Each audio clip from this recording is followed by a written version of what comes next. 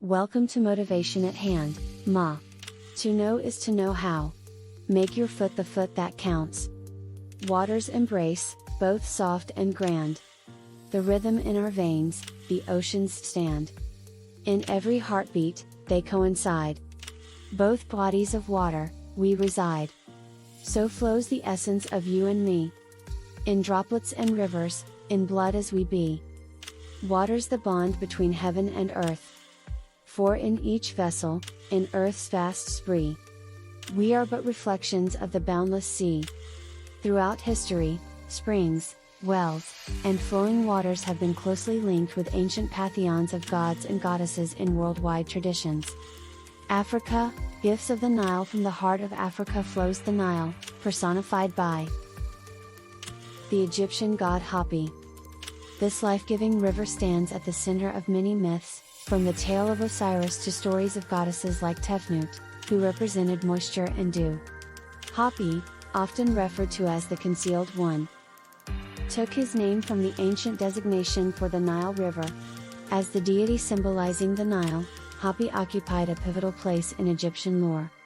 The Nile's yearly inundation was vital for agriculture, providing greenery, and nourishing all beings in ancient Egypt. In essence, the Nile acted as the heartbeat of the Egyptian realm, and Hapi epitomized this crucial waterway. His significance was seen as on par with Ra, the god of the sun, given Egypt's reliance on the nurturing waters of the Nile. Hapi, father of the gods, creator of all that exists, lord of fishes. Often, Hapi was linked with the deities Amun and Ptah, the guardian gods of Egypt, who were even more esteemed than Ra. Egypt was viewed as the earthly counterpart of the celestial realm, with the Nile's cooling waters mirroring the divine radiance of Ra through the medium of water. In esoteric symbolism, Hapi embodied the astral body's liquid energy. So ancient was Hapi's connection to the Nile, that he became intertwined with Osiris, another deity linked to the waterway.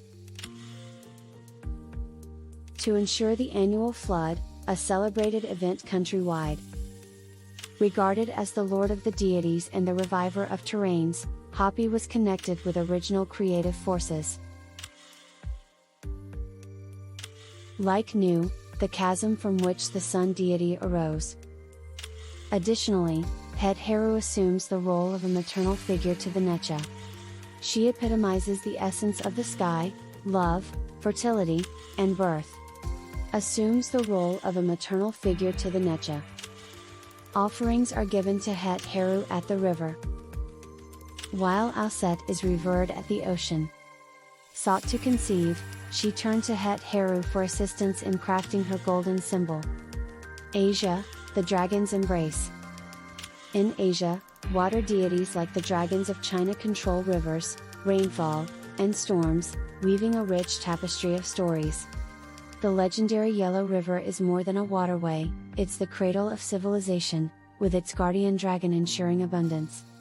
Water, as both a physical and symbolic entity, has been central to Asian cultures and philosophy for millennia. In many ancient societies, water's practical importance was intertwined with its symbolic significance, and these connotations reverberate deeply in the Asian psyche. The I Ching, the Book of Changes, a cornerstone of Chinese thought, provides a clear representation of this in the 48th hexagram, titled The Well. This hexagram depicts the image of a well, symbolizing an inexhaustible source of nourishment and wisdom for a community.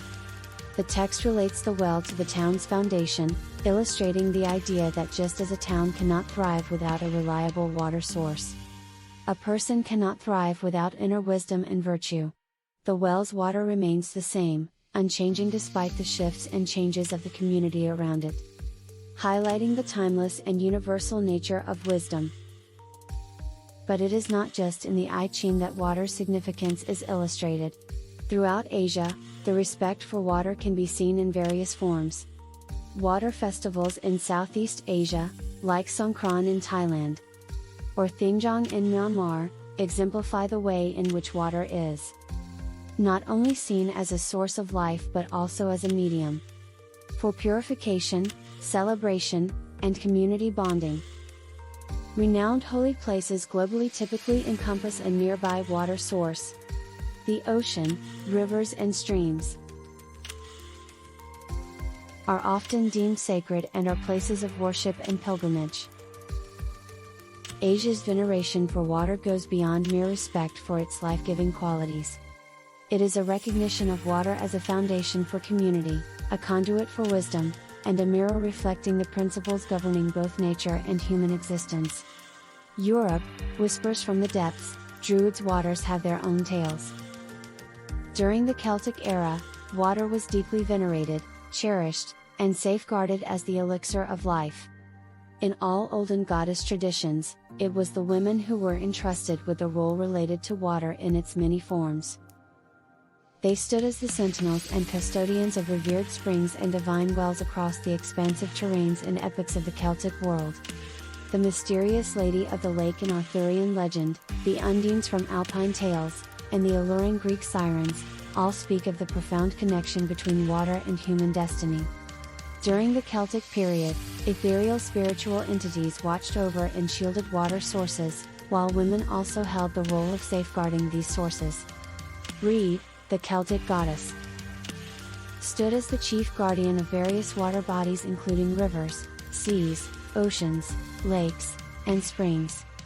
For instance, the title Mistress of the Lake pertained to a spiritual entity safeguarding a lake. The most renowned among them is the Mistress of the Lake from the King Arthur tale. This entity bestowed upon King Arthur a potent and enchanted blade, Excalibur. The Greeks too had a profound respect for water divinities. Homer mentions the ocean as the origin of everything, and in Hesiod's Theogony, ocean and Thetis are described as the offspring of heaven and earth and the progenitors of numerous sea nymphs called the Oceanides. Wells and springs were perceived as gateways to the otherworld.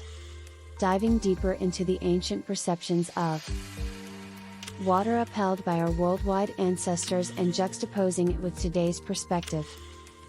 Water, alongside the other core element, earth, air, and fire, was deemed holy by especially the Celtic Druids and Druidesses.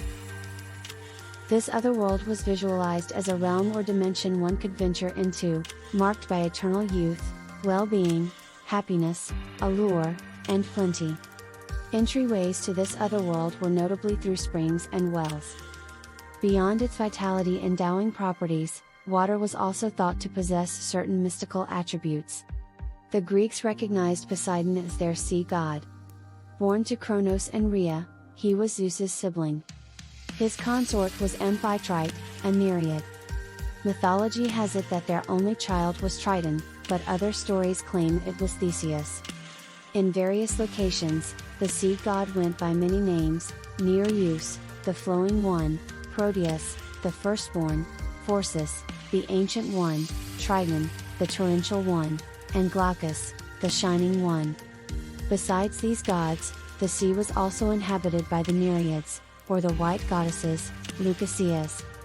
The prestigious Corinthian Games, which began in Ionia and later transformed into a Panhellenic festival, were held in honor of the water gods. These games, pivotal in ancient Greece, were marked by grand ceremonies in the temples dedicated to Poseidon and Amphitrite. While the Greeks were seafarers, the Romans were not, making their water deities less central. Initially, Neptune was worshipped as the deity of clouds and rain. His evolution into a water god saw his introduction into Rome in 399 BC by the Sibylline books. Since the Romans lacked an Amphitrite equivalent, they introduced Salacia as Neptune's spouse. In Rome, a temple dedicated to Jupiter Pluvius celebrated him as the rain god. The Romans also adopted the Greek cult of nymphs associated with fountains, rivers, and springs. It was customary to erect churches atop underground springs. A constant stream of sanctified water would fill a chamber or cave. It is certain that in times predating Christianity, Iona's sacred wells would have been venerated as sanctified for millennia. The Iona Abbey stands on the Isle of Iona, situated near the Isle of Mull off the western shores of Scotland. It is among the earliest Christian spiritual hubs in Western Europe. It is constructed over such a spring. The well of Iona Abbey must have been a pivotal sacred site during its prime. The extant stone well situated close to the abbey's main entrance, albeit no longer in operation, would have supplied water for both consumption and ceremonial purposes for earlier island dwellers, encompassing Druids and Druidesses even before Columba's era. Water significance in the spiritual rituals of global indigenous communities, including the ancient Celts and Druids, is well documented. In the early Christian era spanning Scotland, Wales, and Ireland, it was typical to construct churches and retreats either atop or adjacent to pre-existing wells or springs. The original sites of these wells and springs became focal points for communal meetings, acting as hubs for ceremonies and rituals, and recognized as destinations for healing specific conditions. Christian teachings assert that John the Baptist employed water as the conduit to forge an enduring bond between the baptized individual and God. The Holy Spirit would permeate, rendering the water both blessed and sacred. Holy water and sacred wells are integral to the spiritual customs and legacies of various global communities, encompassing indigenous peoples, Hindus, Egyptians, Celts, Buddhists, Muslims, and Christians, and many, many others. Americas, rivers of dreams from the mighty Mississippi to the long-winding Amazon, the Americas are threaded with stories of water spirits, such as the Mami Wata or the shape-shifting Nawal. These waters hold secrets of ancient civilizations, like the Maya, who revered cenotes as portals to another realm. Similarly, in Mesoamerica, water-associated divinities held significant positions in religious beliefs. Tlaloc, the god of rain, water, and lightning, was described as he who that seed does not form or withers. Tlalocs attendants, living in his dwelling's rooms, carried sieves to collect water. When commanded, they would sprinkle water, with thunder symbolizing the breaking of these sieves with sticks and lightning representing the contents within. In Aztec and other Mesoamerican narratives, the universe's third age was overseen by Tlaloc, while the fourth age was ruled by Xochitl. Tlaloc's era concluded with fiery volcanic eruptions, turning humans into birds and butterflies. Xochitl era ended in a devastating flood, transforming humanity into fish. Australia and Oceania, oceanic echoes, in the Pacific, water isn't just a part of life, it's the essence. Myths from Australia speak of the rainbow serpent shaping landscapes, while Polynesian legends tell of Maui pulling islands from the sea's depths. Contemporary water ceremony practitioners often employ sanctified water sourced and combined from revered water sites globally. This sacred amalgamation, when utilized deliberately, aids in purifying the Earth's vital water bodies. The act of introducing a minuscule amount of this energized and intentionally sanctified water into larger water bodies, like oceans, lakes or rivers, extends its blessings and positive energies. Water moves globally through an intricate system of underground springs, brooks, rivers, and lakes. It also vaporizes, joining cloud formations and eventually raining down, showering blessings universally. The potency of water is undeniable, being a defining feature of both our planet and our human physiques. Historically, water spirits were acknowledged as sentient beings, possessing their unique existence. These spirits, whether safeguarding wells or springs, had the power to fulfill desires, heed prayers, participate in spells, or provide healing. The might and sanctity of water were universally recognized and cherished. In vessels of life, where stories unfold, water's touch, ancient and bold. The rhythm within, the ocean's vast song. In harmony, they both belong. Earth and human, in essence the same. Bound by water, life's eternal flame. For as Earth's rivers reach out to the sea, so flows the essence of both you and me. Whispering tales of dreams and mirth. Water connects every soul to the earth. For within every heartbeat, every tear set free. We mirror the rhythm of the boundless sea.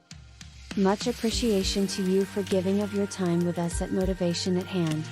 To know is to know how. We trust you will come back soon.